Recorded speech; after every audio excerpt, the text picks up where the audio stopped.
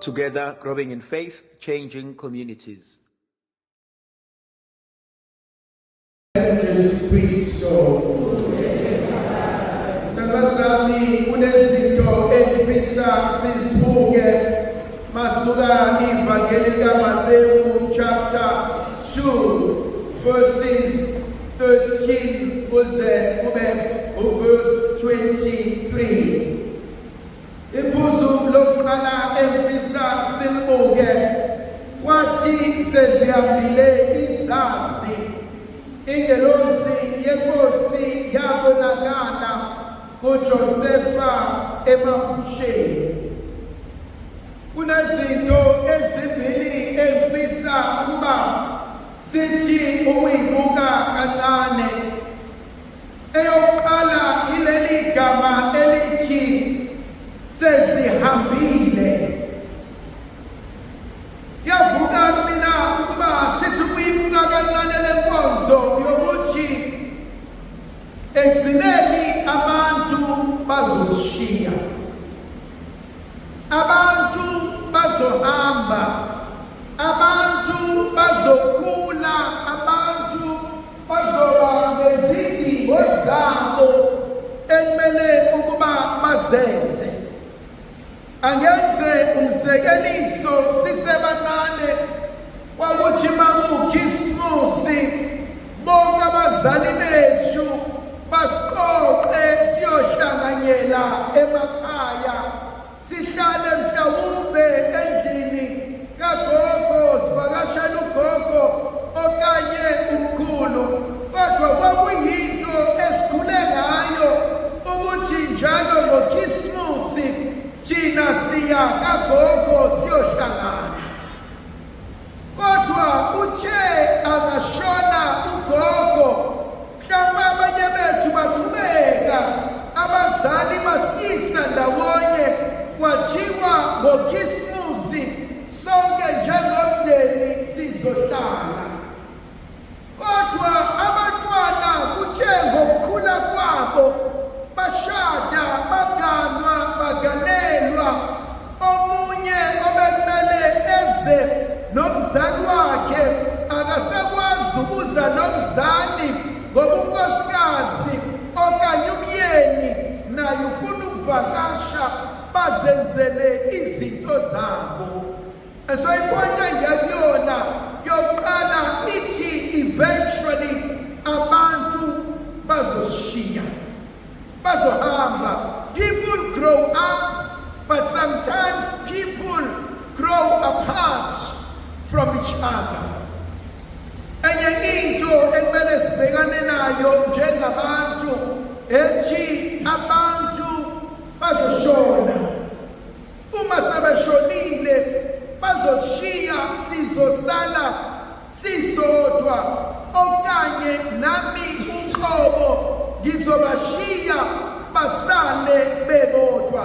That is the reality efesa isidalwa esingumuntu. That is the reality imndeni ekumele ibhekane nayo.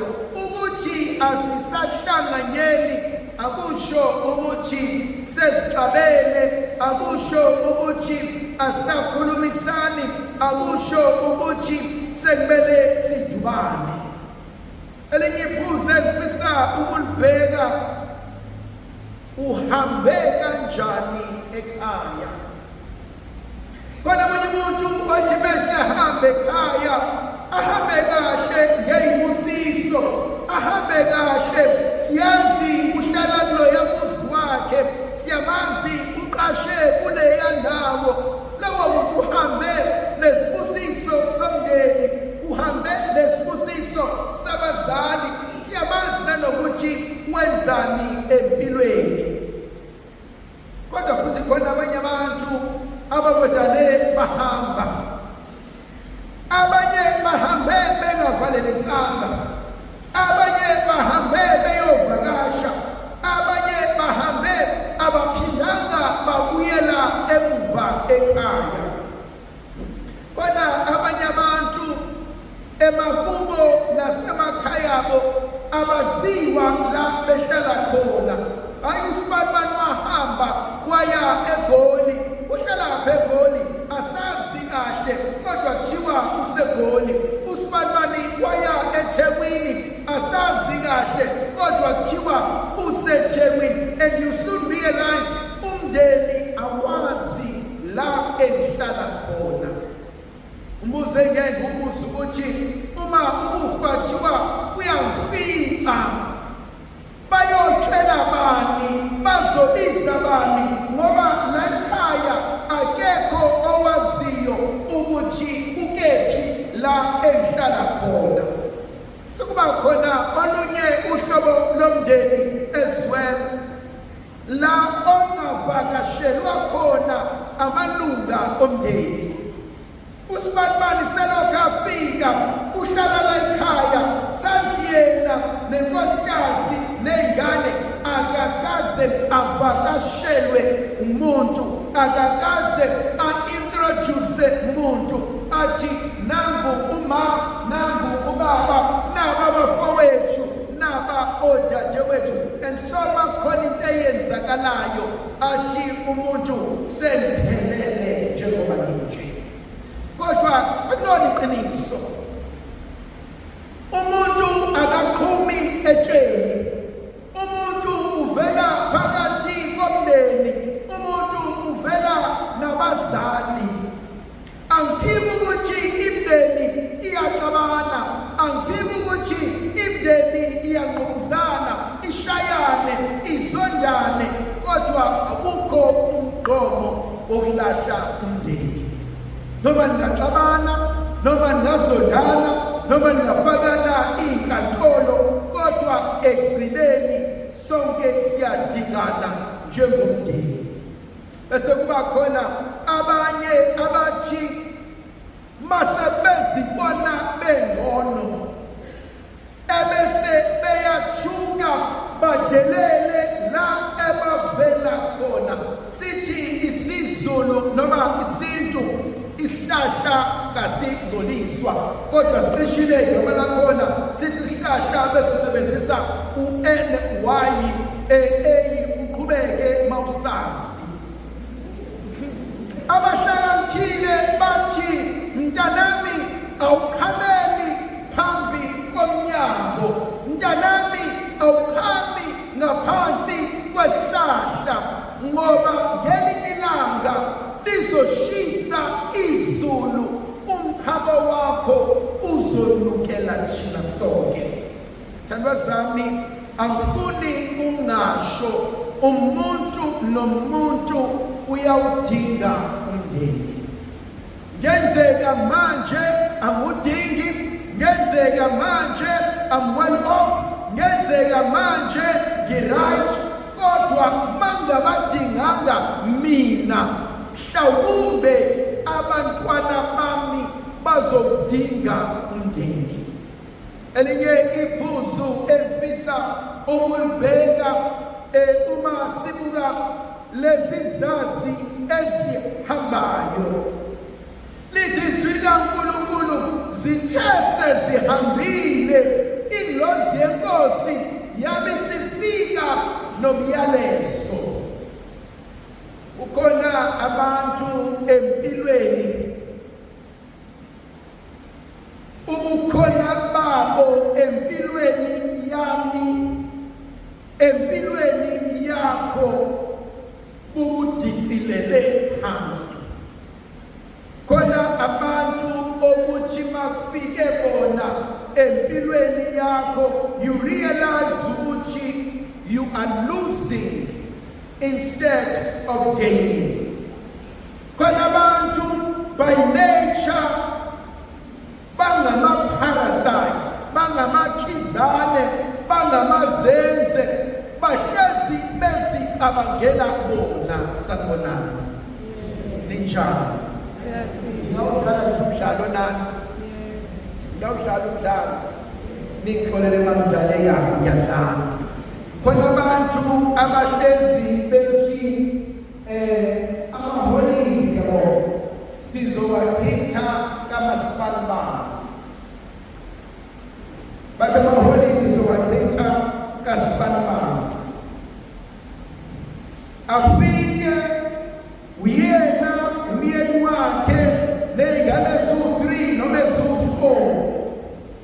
esihambela. Athi befika esihambela uzodla amaholidi kaKhisimusi, kodwa uwaqalele after umhla ka-15 uyoze ahambe around umhla ka-9 ngoba iy'kole zivula ngomhla ka-13. And so you soon realize ukuthi lo muntu ozelana ufike ezojabula, kodwa nomehleli akaphathanga lutho, nomehleli akathengisiwa, nomehleli akaboni khona okushodayo afake ephaketheni, kodwa ubuka wena athi ukuthi akusekho. And you soon realize lona kavakashile uzomxhaphaza. Athi meqeda abuyele emuva kwakhe uma enza zonke izinto wena ushiye ungenalutho. Khona uhlobo lwabantu olunjalo, kodwa ngekhanda lento ayibeka ngayo uMateyu, bathe sebehambile kwayima umyalezo obalulekile ufika. Kunabantu ekumele basuke ey'mpilweni zethu ukuze uNkulunkulu enze imangaliso. Uyabona sithe masikhula njengey'ngane kwakhona imizi la ekuthiwa khona ungadlali naleza y'ngane. Uma ingane yomfana bekade uthethiswa mawubonakala usuyibhobhodleleyana usukhuluma naleya ntombazana senijwayelana kakhulu because abazali bahlezi benale fear. Kodwa Jesu ngenze njani ingane yami masaniyomithisa intombazane yanapha? Because ithandwa zami, once wayimithisa ingane you realize ukuthi usumithisa umndeni wonke. Yasizwe isizulu sami. Once wayimithisa ingane yentombazane sewumithise umndeni wonke, because izothi le ngane isaseswini noma le ngane isencane uyolokhu uthunyelele imiyalezo yenhlamba yokufuna nazo zonke izinto. And you soon realize ukuthi it could have been a blessing, kodwa sekuphenduke isiqalekiso.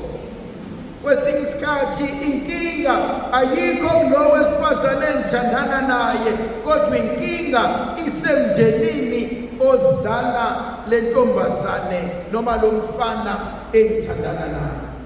Phuzu lami lokugcina emfisa ukulubuka, kunezinto that I need to let go of in order to receive isibusiso sikaNkulunkulu. Mathatha amagama awasebenzisayo uJosefa umuntu kaNkulunkulu. Eyokuqala ithi sukuma, vuka, uhambe, ubalekele eGibhithe. Kwesinye isikhathi angikwazi ukuhlala ngilinde ukuthi ngizokwenzelwa omunye umuntu. Izinto kumele ngifunde ukusukuma ngizenzele. Khona into emnandi eshiwo Nehemiya encwadini yakhe athi masukumeni siyokwakha ugange lwaseJerusalema hleze sibe yihlazo. Kuneyinqubo ekumele ngizenze empilweni yami edinga mina. Akekho ongangenzela, akekho ongangisiza, zibhekele nami uqobo lwami. So igama lokusukuma nelokuvuka. Elesibili, thatha umntwana, thatha okubalulekile, thatha okuzokunikeza impilo. Sisebantwane kwakhona le ncwadi ethi masambisane. Niyayikhumbula leyo ncwadi? Kwakunendoda ekade iphatha insimbi. Le ndoda iwela emgodini, kodwa le ndoda uzikwazi ukusizakala kumele ilahle izinsimbi ukuzikwazi ukuphila. Nakanjalo empilweni khona kumele ngikulahle kahle khona kumele ngikuvikele. Elokugcina lithi baleka. Utobhala kahle encwadini yesililo, wena osusindile enkembeni, baleka ungabe usama. Hamba uyoqasha embhoshongweni. Wena osufikile kulolu suku namhlanje, baleka ungabe usama uyoqasha kuNkulunkulu. Wena osufumela umusa kaJehova, baleka ungabe usama uyoqasha hleze okubi akulimaze.